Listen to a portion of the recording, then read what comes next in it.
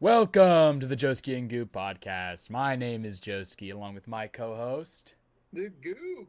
Yes, the Goob. All right, we got a good amount to talk about today. As you can see, that number right there has gotten bigger and bigger as the mountain of games we have to win becomes a little taller, a little harder at the end of each and every day. The Pistons are down 3-1. We're ripping the Band-Aid first. Okay, but let's warm the environment up. How are you doing? The Pistons are down 3-1. That's how I'm doing. I'm doing good. Happy to be here. Happy to be recording the podcast.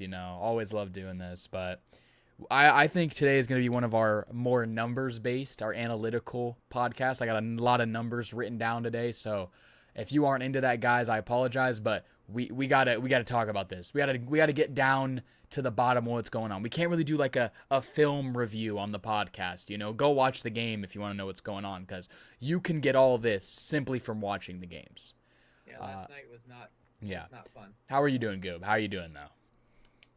I mean, you've got it in your notes. I'm very optimistic. I mean, come on. He is very optimistic. I lived through 2003. Yep, we're gonna talk about 2003. The same team, and they came back. So they have to. If they could just get their acts together, I mean, it was so disappointing seeing 7 turnovers in the first 3 minutes of the game. I mean, just sloppy passes. Yeah. I mean, it was just not good. It was just not good. It not wasn't good fun at to all. watch as a fan. Yeah. What he means by 2003 for context is in 2003, the Pistons were the 1 seed, and the Orlando Magic were the 8 seed, and the Pistons came back from down 3-1 in the exact same format as what happened. I think we lost game 1, they won game 2, they lost 2 on the road, and then they won 3 straight. It's deja vu, man. It's deja vu. I personally more and more am kind of convincing myself that it will happen. I'm just like, well, we're not going to lose. It's fine. Obviously, that's really hard to do.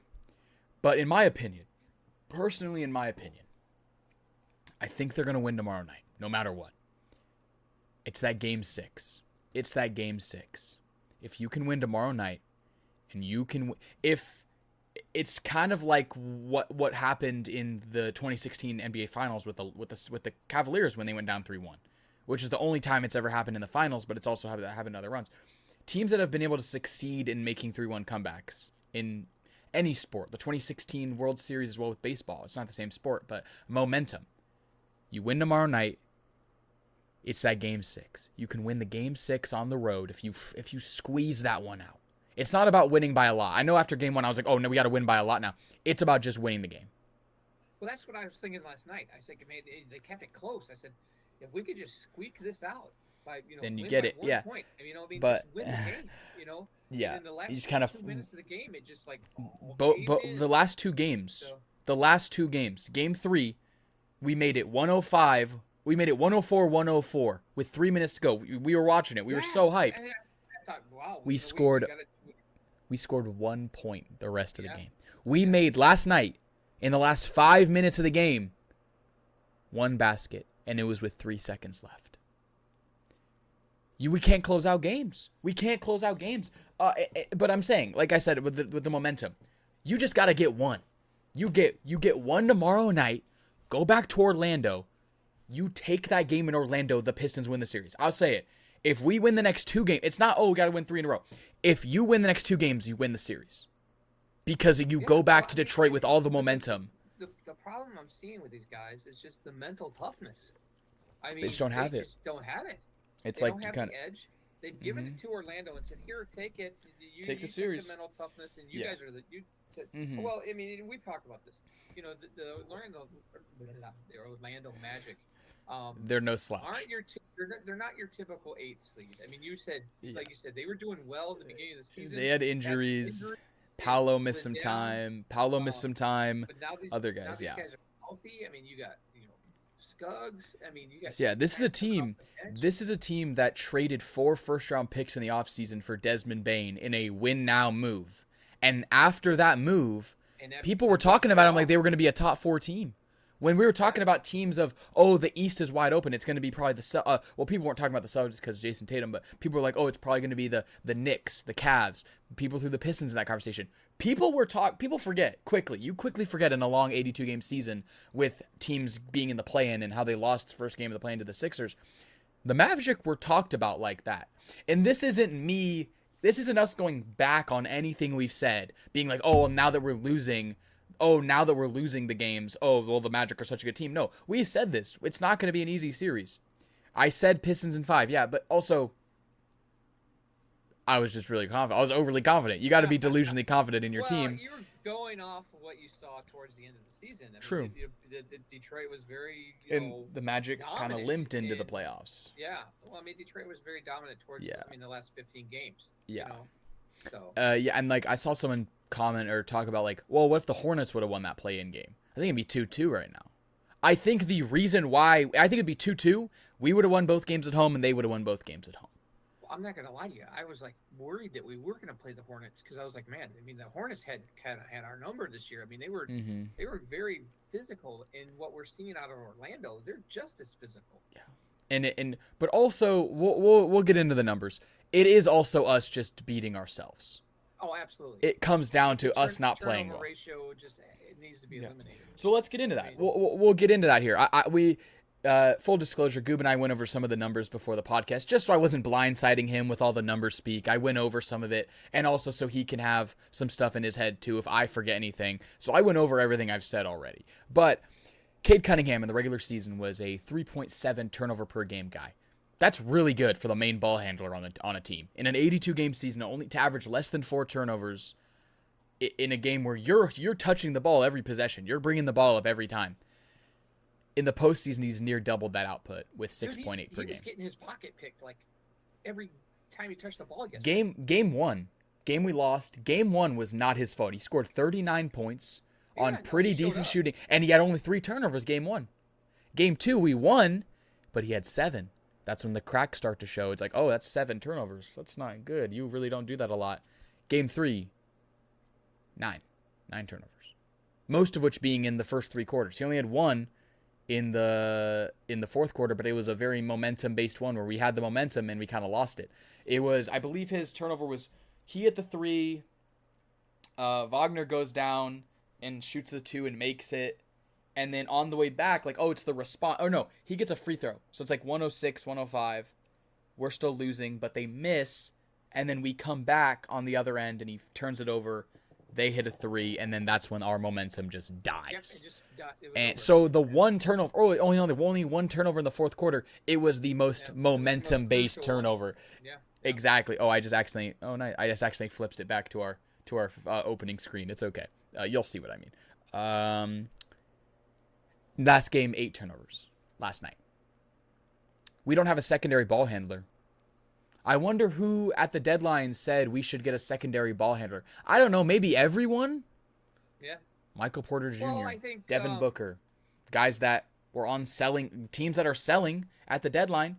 You made the trade with the Bulls to get Kevin Huerter, and you could have gotten Kobe White and put him at shooting guard, and he did great for the Hornets in the play-in. Oh, absolutely. You could have had Kobe White. Like, you could have gotten someone else. And it's not like we don't have the money. We have a lot of young guys on our team. Yeah.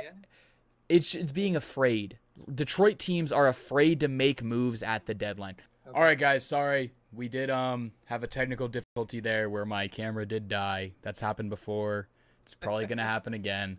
But yeah, so... it wasn't your mic, it was your camera. It was my camera. What do you mean my mic didn't die? I thought your mic died. You couldn't see me and you thought my mic died? I don't know. Technical difficulties, dude. It's okay. Well, yeah. We'll cut that out. We cut that out, guys. So whatever we were talking about before, cut it out. Yeah, the turnovers have been a big issue. No. Detroit teams are allergic to making moves at the deadline. Last year, Tigers, really good at the deadline. Went out and got Chris Paddock and Charlie Morton, 2 aging pitchers who had good first outings and never pitched for us in the playoffs. Right. We're pitching horribly down the stretch, which is why we collapsed and lost the division. So, kind of feels like, oh, maybe you should go out and get... I've told you, the A's were selling last year. I wanted Brent Rooker. Yeah. Now Brent Rooker is extended and he's not available. So that big bat isn't available. I think we do need another bat at the deadline this year for the Tigers, and hopefully the Tigers can do that. Hopefully the Tigers can find a team that's selling. Hopefully they're not the team that is selling at the deadline. Hopefully they're a team that's buying. But hopefully they can find a team at the deadline that's selling, and they can get a good guy, a good bat, a good extra bat, or so. But it happened last year with the Lions. Brad Holmes says, and I quote, "We're good." When asked about deadline moves, we weren't good, Brad Holmes. After that point, we were about 5-2, 6-2, maybe 5-3. I don't know. I kind of felt like they gave up on the season at that point. It was like, okay, well, we were already 5-2, and then we had some injuries. We're done. We're not going to do. They're like, oh, we're just going to roll with what we got. We're going to roll with what we got, and it's just. Well, I mean, because they were 15-2 the season before, got voted in the first round. It's like, wouldn't you have learned from that? Yeah, I mean, I don't know. I guess the trade deadline in football is a little it's a little weirder. I guess it's a little weirder because NBA, it's a longer season.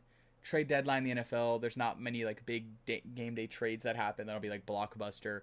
But at the end of the day, and I think teams will shy away, kind of how last year the Colts were banking on, they gave 2 first-round picks away, and they're like, all right, we're going to get Sauce Gardner. And then Daniel Jones tears his Achilles, and it kind of all goes to crap. You can't predict that. So I think teams shouldn't shy away from that. Like, anything could happen. Like, Goff could get hurt game 1, and our season's over. Don't happen. Please don't happen. Please don't happen. What are you talking about? We signed that free agent rookie out of Illinois. He's not Jared Goff, bro. We signed some random guy that isn't a Pro Bowler and doesn't throw 30 touchdowns a year. Yeah, I want Jared Goff. I don't want some other random guy from Illinois. Luke Altmaier. I know who you're talking about. Yeah, Luke Altmaier, yeah. But, yeah, the turnovers are an issue. Jalen Duren. Let's talk about Jalen Duren. Where is he at, dude? This guy is playing. He's playing to get a Supermax deal this offseason. And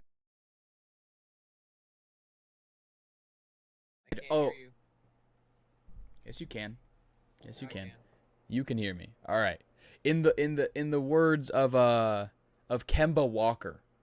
In the words of Michael Jordan, when Kemba Walker asked for a Supermax, he wanted a Supermax. I said, super, hell no. You're not getting a Supermax. You're not. You're not getting one. Jalen Duren, if you can do all this stuff in the regular season, I have his numbers here. 19.5 points per game, 10.5 rebounds per game. Great job. You averaged a double-double. 9.8 points per game, 8.3 rebounds per game in the playoffs. And the guy you're guarding, Wendell Carter Jr., isn't considered like a top 10 center. You are Jalen Duren. He's not considered that. He's making him look like a top 10 center. Wendell Carter Jr., the guy you're guarding. Game 2, I'll give you that. The game we won, you held him to 3 points, 5 assists, or 5 rebounds. Great job. Game 1, 17-7. Game 2, 14-17 rebounds. 12 points, 11 rebounds, game 4. He's getting a double-double on you every night.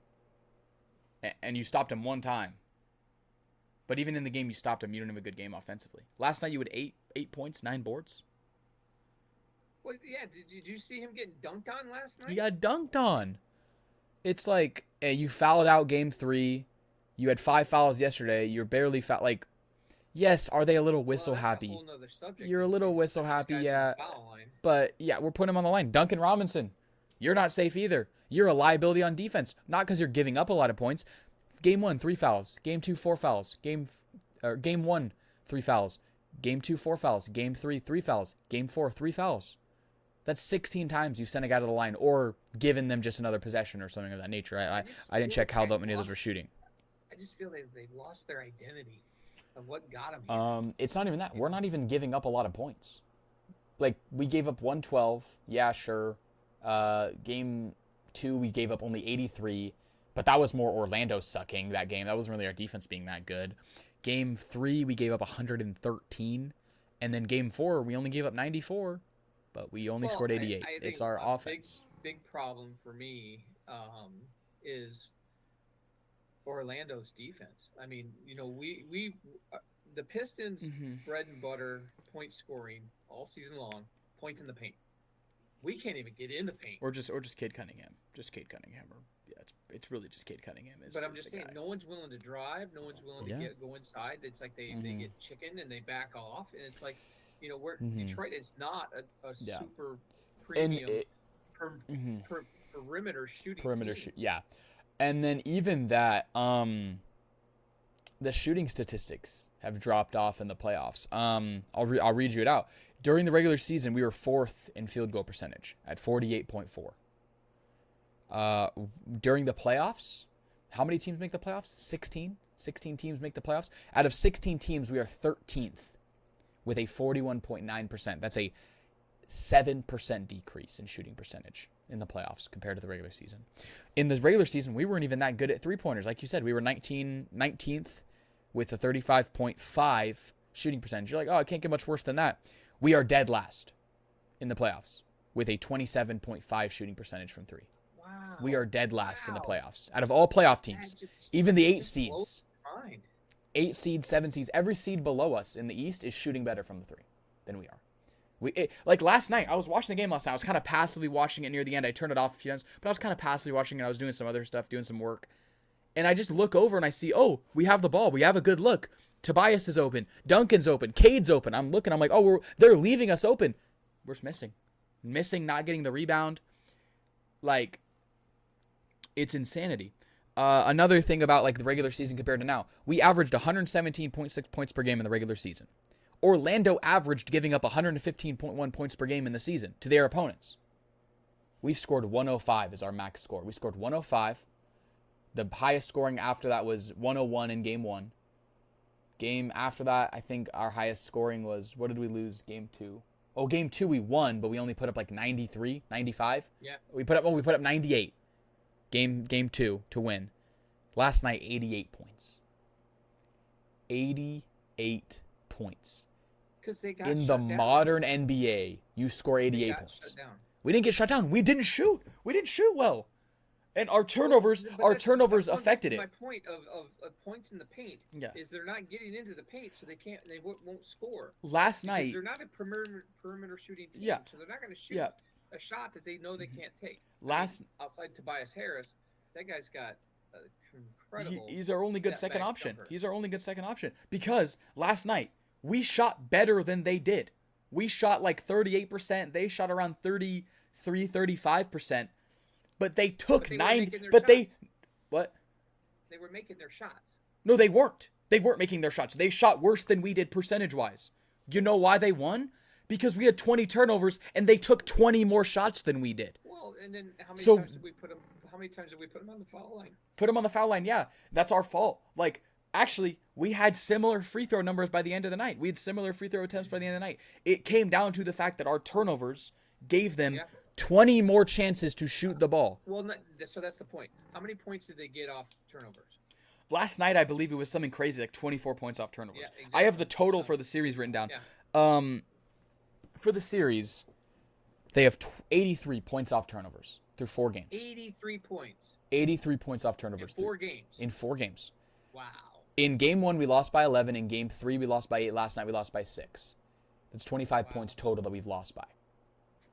If you cut that in half, if you cut the turnover margin in half, even if you cut that in half, we still lose those games. You cut that in half again, we have a shot. So if you cut 3/4 of our turnovers out, or no, that would be 1/3. If you cut 2/3 of our turnovers out, still would lose.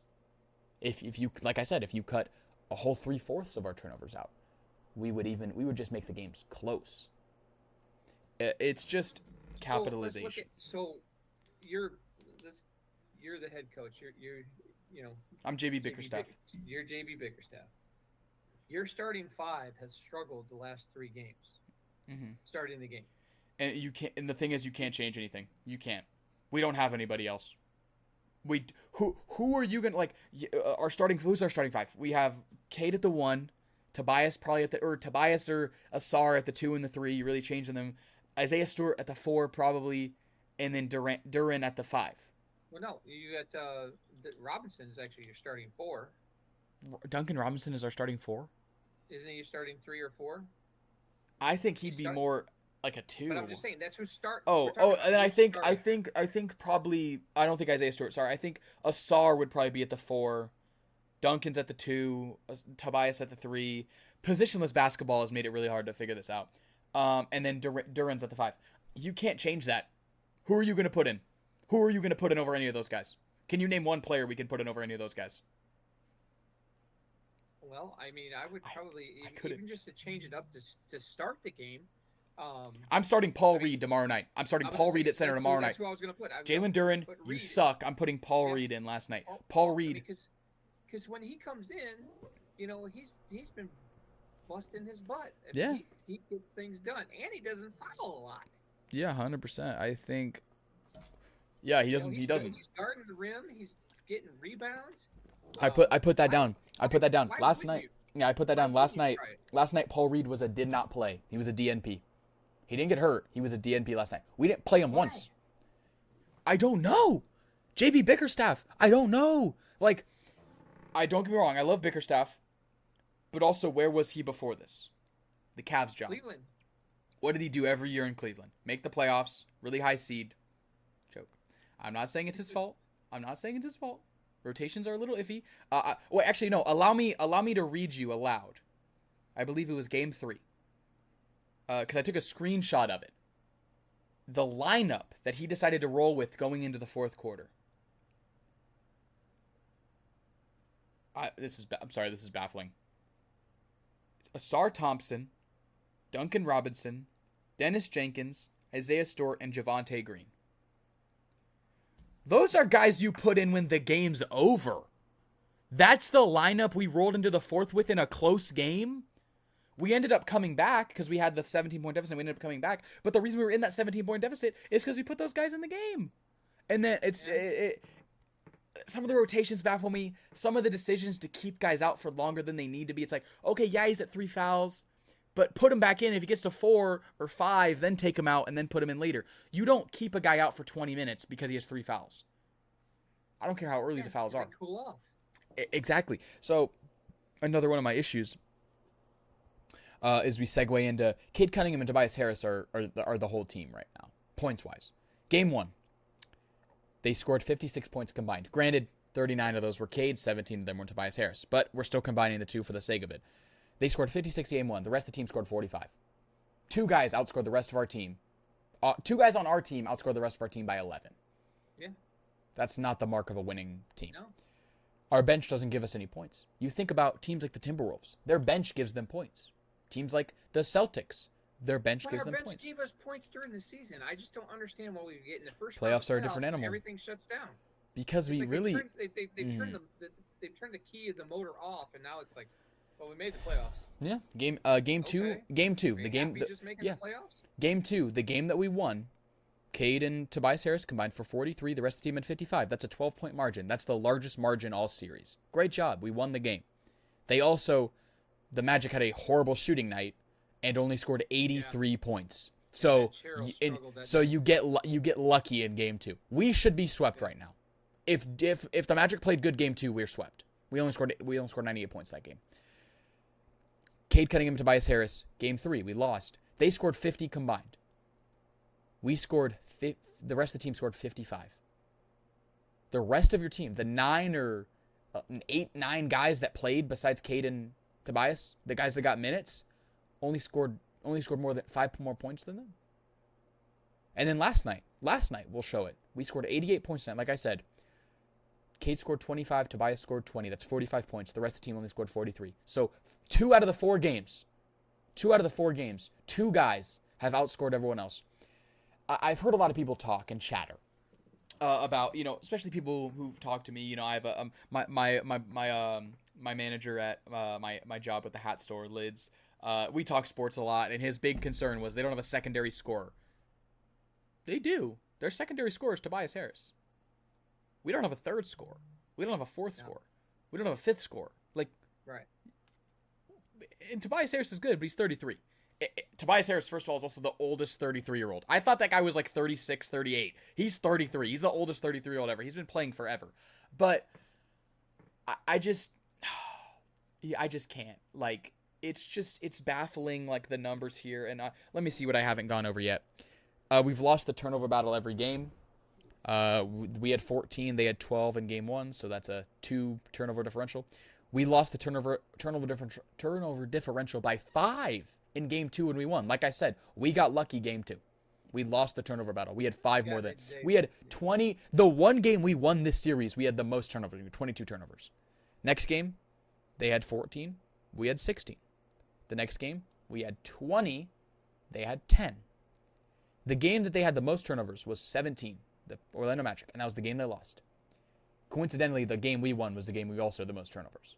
So, clean it up. Clean up the act. We talked about the points off turnovers. Well, I mean, I go back to listening to the so-called experts. Like I'm an expert myself. When the playoffs started, yeah, you're an expert. I am. Is the disrespect? I was just like, as a Piston fan, I was like, man, we got, we had 60 wins. We had one of the best records. We were in first place most of the East, most of the season. Yep. And yet, no one was predicting them to win. I mean, I think there were some people saying they're predicting Orlando just to win this series. And I don't think people were predicting Orlando to win. I'm saying, well, wow, these guys were right. Yeah, I don't think they were predicting Orlando to win. I just think out of all the 1 and 2 seed matchups between the 7 and 8 seeds, the play-in teams, most of the time they'd give they were like, oh, Spurs in 5, Suns or like Thunder sweep, which they already have, or like even like the 2-7 games, they said, oh, Celtics are going to beat the Sixers in like 3 or 4 games, or not 3 or 4, 5 or 6 games, and I heard everyone being like, oh, I think the Magic could take them to 7, the Magic could take them to 6.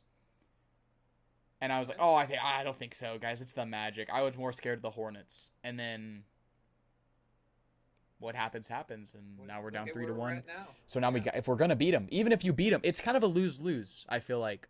I don't know. I feel like the narrative if we lose in 5 games, if we lose tomorrow night, the narrative is, oh my goodness, you lost in 5 to an 8 seed. Horrible. That's the worst case scenario. You lose in 6, little respectable. It's fine. You lost in 6. You lose in 7. Yeah, you made a nice comeback, but you couldn't close it out. You win in 7, which is the only option to win. Okay, as 8 seed took you to 7 games. The Pistons can't win this series. And the Pistons aren't going to win against the Cavaliers if the Cavaliers beat the Raptors, or if the Raptors win. I don't think they even beat the Raptors.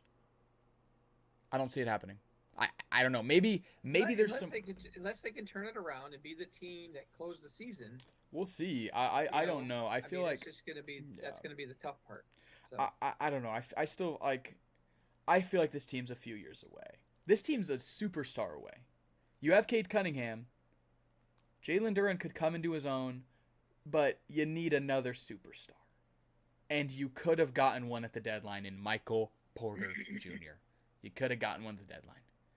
Yeah, I was hoping they would have pulled the trigger on that one. And now it's like, who do you go out and get in the offseason? Who do you go out and get? Like Devin Booker is unhappy in Phoenix, but he is a lot of money. He's making almost $60 million the next 2 years, and then he's making $70 million the 2 years after that on his deal. Unless he restructures, which I don't think he will. I get NBA money's a little different because you only have to pay like 15 guys. I don't have to pay 52 like in the NFL, 53. But maybe Michael Porter Jr. was just traded. I don't know if he's on the last year. I know Austin Reeves on the last year of his deal. And I think instead of Austin Reeves going to a team where... Actually, now that I'm kind of thinking about it, that could make some good sense. I think Austin Reeves, if he goes to a team and is the number one option, he will struggle. He's a great basketball player. When he's been asked to step up for the Lakers, he's done it. But I don't think he's a consistent 82 game and playoff run guy that can be the one option. You throw him at the 2 on that Pistons lineup next year. Tobias at the 3. You keep Asar at the 4. You get Duren at the 5. I think, Cade's points per game could go down, but I think his assists per game could go up. But also, Reeves can facilitate. Reeves is a shooting guard, and then Luka runs the point. You see how they work together. Yeah. So, I mean, if the Lakers don't extend him, or at least, you have a chance to match an offer, I'd throw an offer his way. I'll do more research for you. But we're in the first round of the playoffs. I mean, 100%. We don't know who's going to be a free agent at the end of the season. I will. I'll tell the audience here. I promise. Next episode, because by the next episode the season could be over. So by next episode, within the next week, I will have a list of candidates I think they could use to improve their team, that are either on expiring deals, or could be on a trade market, or could be kind of, I don't like trade market per se. or are on like a last year deal where like they can technically sign back with their team, like they're a restricted free agent, and I'll put that down. I'll have that before next episode. I got you guys. And then why don't we just go get Jared Goff to play basketball? Yeah, no, I'd rather him stay in football. What about Scooble? We'll bring Scooble over. He's not even going to be in Detroit for in a year. I don't know. He's going to be somewhere else. One more thing. Rebound battle. Lost the rebound. Like, that's really all I have after this for basketball, at least. We lost the rebound battle game 1 by 6. Next game, we won it by 15. We had 57 rebounds game 2. And we still lost. But also, we had 57 rebounds because the Magic only scored 83 points. The Magic only scored 83 points and missed a lot of shots. So when a team misses a lot of shots, you get a lot of rebounds. That's a little bit of an inflated number. And the next 2 games, we lost the rebound battle. We're losing the offensive rebound battle. We're losing the defensive rebound battle. Like, they have more second chance points than we do. I didn't get the numbers down. They have more second chance points than we do. I think we have more. Yeah. Is Orlando is not playing super well. They're not. But Orlando's not going to beat whoever they play next. They have the mental edge, man. They've got Detroit's number mentally. They are just like, we're not going anywhere. We can make shots, and we're winning games. They just look like they want it more. Yeah, exactly. It can be boiled down. Like it can be boiled down to I have nothing. We have nothing to lose. Have to lose. Exactly. I mean, we're the 8th seed. No one expects us to win. I would actually no. I would go opposite there. I think they do have something to lose. You spent 4 first-round picks on Desmond Bane, and if you spent 4 first-round picks on Desmond Bane last in the offseason, and then like you said, they were hurt most of the season. But I'm saying you made the playoffs. It's a team that is fully healthy going into the playoffs. You prove, okay, I'm not an 8 seed, but also you have something to lose because you gave up so much for one guy, but that one guy the last 2 games has dropped 20 on us both games in his shooting. He shot 7 threes last night, or night before 5 threes last night. The one guy for Orlando that's just blowing my mind is when he's on is Franz Wagner. Yeah, 100%. I mean, and I'm not liking him right now, but he is a former Wolverine. But I mean, some of the shots he's making are just insane, incredible. Shouldn't be made. They shouldn't be made. And he's like, he literally is just tossing the ball up, and it just happens. But yeah, I would just say as closing thoughts, because we spent half an hour talking about this. Closing thoughts. Just win. Like, that's all you got to do. Like, there's no more talk. I've laid out what's wrong. So if you're watching the game tomorrow night, watch how many times we turn the ball over. Watch how many times we don't get that rebound. Infamous words of Al Davis. Just win, baby. The Raiders didn't win last year, so the Raiders did not just win last year. That was 14 games. Because we wanted the number 1 pick. That was 14 games. You didn't even know, when the season started, y'all didn't even know who the first overall pick was going to be. They probably thought it was going to be like Nussmeier, the Drew Aller, Cade Klubnik, like one of those guys was going to be the number 1 overall pick. Segue into the NFL draft. I don't know if I'd want to be Fernando. Segue into the NFL draft. I have all of our picks over here for the Detroit Lions. I will say, the Lions did not have one of the best drafts, but they also didn't have a lot of capital. I think they did good with what they had. I think, I mean, they went out and filled some holes that they needed to fill. They did a good job. That was their game plan. They have 3 guys who can start now and 4 depth pieces. That's who they drafted. They drafted 7 players, 3 guys that can start now, 4 depth pieces. Did you look up the guys who they signed were undrafted? Haven't looked at that yet. I'm looking purely at these guys, but also a lot of those undrafted free agent guys realistically aren't going to see the field. I don't think our 7th round pick is going to see the field. But I'll say I have good things about all these guys. Some of the guys I kind of just don't have much to say because I didn't see much on them when I was looking this up. And then I also have, a fun little new look Lions. I have kind of from quarterback, down to safety. I have guys that we can, I'm editing that out actually. We're going to redo that. I actually have something with the new look Lions that we're going to call it the new look Lions. We're going from quarterback down to safety. And we're going to just go through some guys I think could do it, guys I think could start. This is all speculation. This isn't official. This isn't Dan Campbell saying, "Oh, these guys are here, these guys are." This is training camp. So this is before training camp. With Coach Campbell. Unfortunately, he has not responded to my DMs yet. Coach Campbell, I have some ideas. You can email me, you can call me, whatever you want. Just let me know.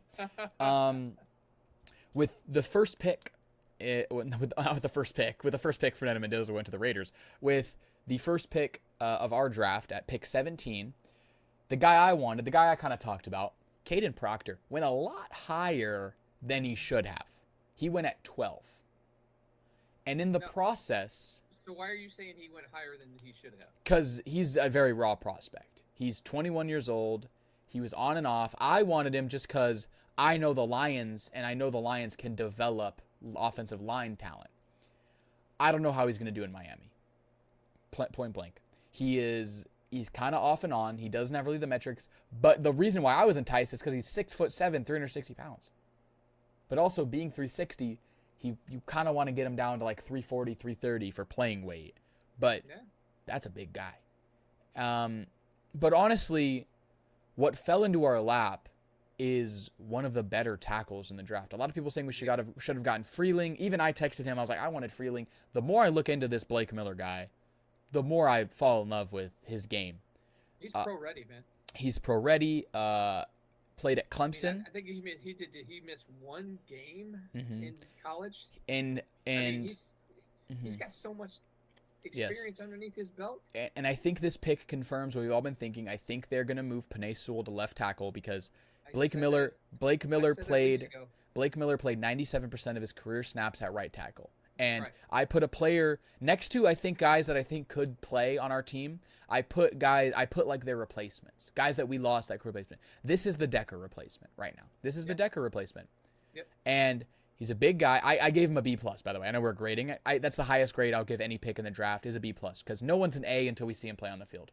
Oh, no. No one's an A until we see him play on the field. So I'll give him a B+.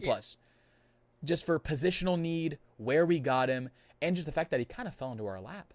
Because there were multiple tackles. Francis Mauigoa was taken before him. Spencer Fano. No, that's the Miami kid that went 10 overall to the... He went 10th overall to the Giants. At 12, the Dolphins took Caden Proctor. And I think it was... Spencer Fano might have gone before, or he went after. I don't remember. I know Monroe Freeling went after at 19 to the Panthers, and that was the guy that I wanted. But also looking to Blake Miller, he had one of the highest athletic scores, which is just, the intangibles and the measurables. Has one of the highest athletic scores of any tackle in the draft. Played 97% of his career snaps at right tackle. He was part of a Clemson group that did struggle protecting wise, but also you can just see. I saw someone doing a film review on him. Shout out Theo Ash on TikTok doing like a film review on him before the draft even happens, saying he really thought he was the best tackle in the draft. And I agree. You look at him and compared to his guards and his footwork and his hand placement and his punching, getting off the line, and it's just beautiful. It's night and day. He's good in the run. He's good in the run. He's good in the pass. Like, that's a day one starter. He's gonna have to work for the job, but we're being real here. That's a day one starter. So. B+ pick there. Round 2, pick 44, we traded up with the Jets to get Derek Moore, edge from Michigan. That's a B. He's a day one starter who can play right alongside Hutch. Last year, he had 10 sacks, and he had a 17.5 pressure percentage. That led the Big Ten.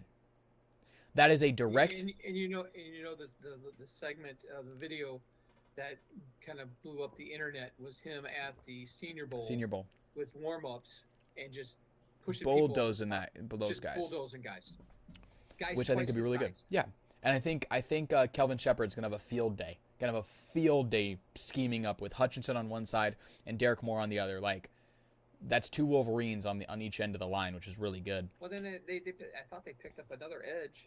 At the very end. We'll get to him later. All right. That's a direct Khalid Muhammad replacement who did really well for us last year, had a bunch of sacks, but unfortunately left in free agency to go to the Bucks. That's fine. We'll get Derek Moore in the draft and we'll replace you. That's part of the business. We didn't have a third round pick. As I've said, we traded our third round pick this year and the one last year for Isaac Tisla, who I love dearly. We have our fourth round pick though. Pick number 118, Jimmy Rolder, linebacker, Michigan as well, back-to-back Michigan players. I give it a C+. He can be in our rotation. He's probably going to be our fourth best linebacker, our fourth string linebacker. So he's going to get worked in. Surprises you and steps up to where Anzalone was. That's the thing. I said he's the Anzalone replacement, Yeah. but I don't see him playing right now over the guys that we have right now. See.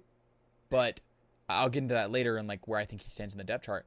I have a question for you. This is a bit of Michigan trivia.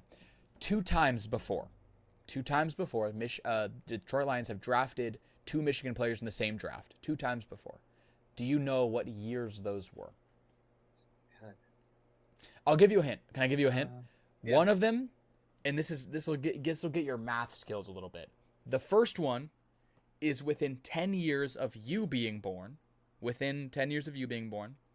The second one is within 10 years of me being born. So it's kind of... you're saying 80 and...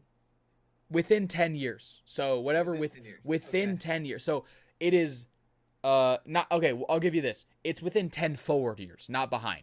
So you're born 1970. Okay. It's within 10 years of that. I was born 2007. It's within 10 years of that.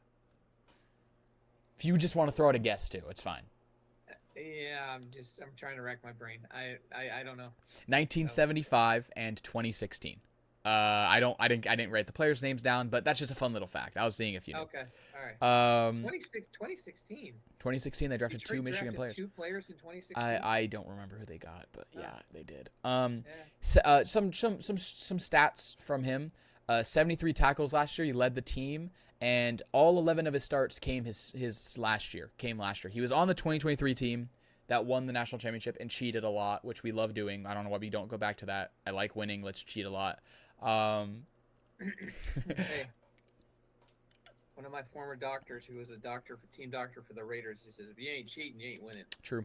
All 11 of his starts came last year, which kind of just like, it's just kind of a character thing to be able to grind it out and be like, no, I'm not a starter now, but eventually I get to work my way up and he's a starter. Like, that's just a character comment. That's not a stat. That's a character thing.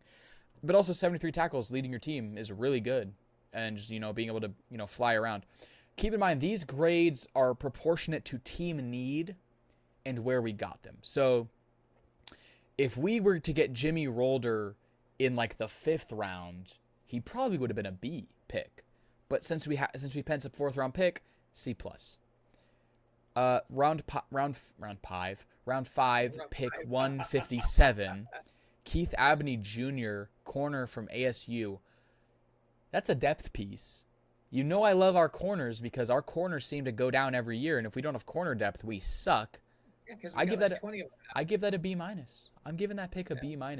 20 pass breakups since 2014. That led the Big 12, and he was top 5. That was top 5 for all power conference players since 2024. He was first team All Big 12 last year. He faced 70 he was targeted 72 times. His side of the field was targeted 72 times. He gave up no touchdowns last year. Wow. That's our Amik Robertson replacement. He can play inside, he can play outside, he can play the nickel, he can play wherever. Round 5, pick 168, so 11 picks later. Kendrick Law, wide receiver, Kentucky, C-. Some wide receiver depth. A lot of people shaking their heads at this pick, but what I'll say this, and I saw another Detroit commentator say it, we are the most injured team in the league, or besides the 49ers. We are just lucky that injury has not hit our receiver core yet, and we would like to have some backups if it does. He has a 42-inch vertical. First of all, I'm putting that out there. Wow. He has a 42-inch vertical. That's all I put. I'm kidding. Last year, he led Kentucky with 540 yards, and I don't know how real this is. I didn't really check it, but I saw in the article, 511 of those yards were after the catch. Oh. Jared Goff, throw to this guy on a screen pass, and he'll just do the rest for you, I guess. Yeah. I don't know if he had a nice situation, where maybe he would only get screen passes or stuff like that, but that's really good. And yeah, I give that a C-. Not a position of need, but a depth position. I think, spoiler alert, our first 3 picks are the 3 guys I think could start and could play. Our last 4 are good depth pieces. Round 6, pick 205, Skylar Gill-Howard from Texas Tech, C-. He had an ankle injury the back half of last year that kind of sidelined him. He's also only 6'1", and if you are within... Sorry, what position? Defensive tackle. He is 6'1", 280. The only thing is, I'm not dissing him. He obviously made a career for himself. He's obviously in the NFL. I'm not. But if you are within half a foot of me and you're playing defensive tackle, I don't know. I don't know how much of a knock that's going to be on him. He's coming off of an ankle injury, but it's okay. The one thing that I do like, he started at Upper Iowa College, then went to Northern Illinois, then went to Texas Tech, which means he improved every year. If you're going to a better school every year, that's improvement. And you're still getting drafted to the NFL. His career numbers, I didn't have numbers from last year, I had career numbers: 88 tackles, 14.5 tackles for loss, 6.5 sacks, and 1 interception. He had one interception. That was a tip play. I saw that play online after he was drafted. And then our Mr. Irrelevant, round 7, pick 222, Tyre West, edge from Tennessee. I'm giving it a D+, just because there's not much on this guy. He has had 17 pressures in back-to-back seasons. That's really it. Like, that's kind of... I didn't see any knocks on him, but I also didn't see anything good for him. Sorry, what school did he come from? Tennessee, I believe. Tennessee. So Tennessee. He played in the SEC. That's good. And 17 pressures back-to-back years. So yeah, overall, I give our draft a B. I think that's a B draft. Pretty good. Yeah. Not the best draft, but definitely not the worst. There were some teams that had a lot worse draft than we did. 3 guys who can start, 4 depth pieces. The new look Lions. Let's talk about the new look Lions. Quarterback 1. New look Lions. Quarterback 1, Jared Goff. New look Lions. Quarterback 1, Jared Goff. Running back 1, Jahmyr Gibbs. Running back 2, Isaiah Pacheco. Wide receivers, and this is in order of 1 to 6, or 7. Sorry, 7 depth pieces. Monroe St. Brown, and then J-Mo, then Isaac Tisla, Tom Kennedy, Dominic Lovett, who was a guy, second-year guy we got last year. Jackson Meeks, another guy we just got. Kendrick Law. Pretty. That's what I only do this. I only went that far in the depth chart to show where I think Kendrick Law would be. He's going to be a very big depth piece, but he'll get in. Tight ends, Laporta, and then Brock Wright. Offensive line. I think we move Panay over to the left. Christian Mahogany at that left guard, who's probably our weakest link, is Christian Mahogany at that left guard. Cade Mays at center. Obviously, I've been very fond of Cade Mays. Tate Ratledge, I think, could take a really good year 2 leap. Now having some more help. I think having some more help in the inside. I think he definitely didn't look as good last year. Our interior didn't look as good last year because Graham Glasgow was not good. Just point blank. So Cade Mays is an improvement. I think Ratledge can take a really good second-year jump. And then obviously I think Blake Miller is our day 1 starter at right tackle. Yeah. Edges, Hutchinson, Derek Moore. Obviously I think Tyree West is going to be in there. We're going to have some other guys that we rotate. But that's our 1 and 2. That's our 1-2 punch. Hutchinson on one side, Derek Moore on the other. That's pretty dangerous. Defensive line, Aleem McNeil, of course, we're paying him so much money. Levi Onwuzurike, Tyleek Williams, a kid at Ohio State we drafted last year, could be in for a good year. Miles Adams, once again a depth piece. Cornerback room. DJ Reed, cornerback 1, by far. That was our Carlton Davis replacement last year. He got hurt. He kind of dealt with some injuries last year, but when he was on the field, he was pretty damn good. Now, this is where it gets tricky, because Terrion Arnold is in some legal trouble, but I still have him as our cornerback 2, if he plays. Okay. If he plays, I have him as our cornerback 2. Rock Yassin, Roger McCreary, Ennis Rakestraw Jr., Keith Abney II. Or also, on Ennis Rakestraw Jr., Keith Abney II. Pretty good, 6 rotation guys. Linebackers, Jack Campbell, Derek Barnes, Malcolm Rodriguez, Jimmy Rolder, in that order. Because those other 3 guys have been in the system longer, and they have proven themselves. Jack Campbell, we don't need to talk about that. He's an all-pro, first-team, Pro Bowler. Derek Barnes, game-saving interception game-winning interception against Tampa Bay in the playoffs. Malcolm Rodriguez, been a great depth piece. Obviously, DB and Malcolm Rodriguez have had some injury problems, but it's okay. Everyone on the Lions has.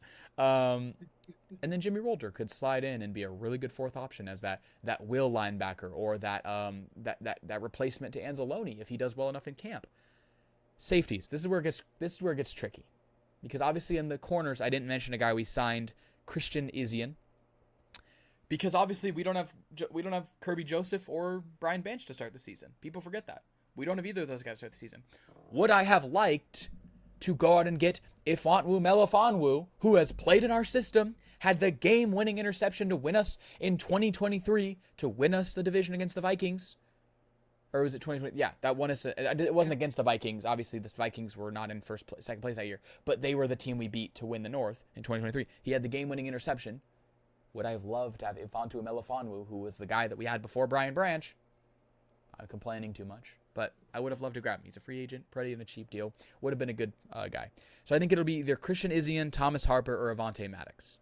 Any three of those guys could be our starting safeties week 1. Obviously, training camp will tell us that. Kirby Joseph can come back pretty early. Brian Branch is probably, he might be done. He might be out for the year. Like, he might not play this year. You never know with Achilles injuries. So that's the new look lines. Obviously, punter is He should have went to the same doctors Aaron Rodgers went to. Maybe. Punter obviously is Jack Fox. Kicker's obviously Jake Bates. Like, those are pretty obvious. Kick returner is a good question. I think punt returner, kick returner, probably Greg Dortch. That's probably why we grabbed him. Obviously, I didn't even put him in our receiver lineup. Greg Dortch is going to fit in there somewhere. He could probably be our punt returner. I don't know who our long snapper is. I'm really sorry, guys. I don't know our long snapper, but like that's pretty. Doesn't Pacheco return kicks too? We're not. I don't want Pacheco. I want Pacheco as our running back. I don't want him returning kicks. No, we have guys that can do that. We have Greg. We have so many receivers. I think that was out of necessity when they made him do kick return. I think that was because the Chiefs had literally no one else to do it. But yeah, so positives and negatives. Obviously, we started out pretty negative talking about the Pistons, but also we're hopeful. We think we can win. We think Pistons in 7. And if we lose, will that become an 8? Yes, Pistons in 8 games. We can do it.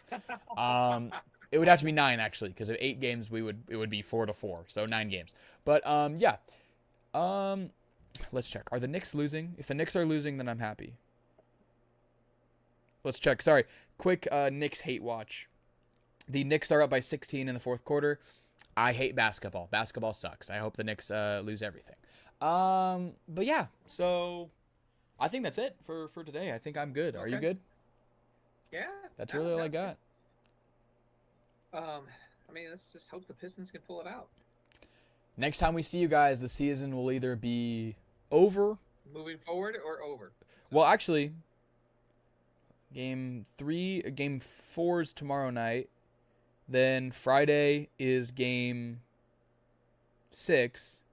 And Sunday would be Game 7. So actually, next time we see you guys, the series is over no matter what. So we're either, the season's either over or we're either moving on to the next round or we're done. So by the next time we see you guys, that'll be what's going on. So that's all I got for you guys today. That's all we got for you guys today. So why don't we do some plugging? I want you to plug your TikTok, your Instagram. Oh yeah, TikTok is Joe Sports Talk. We changed a little bit. Joe Sports Talk on TikTok.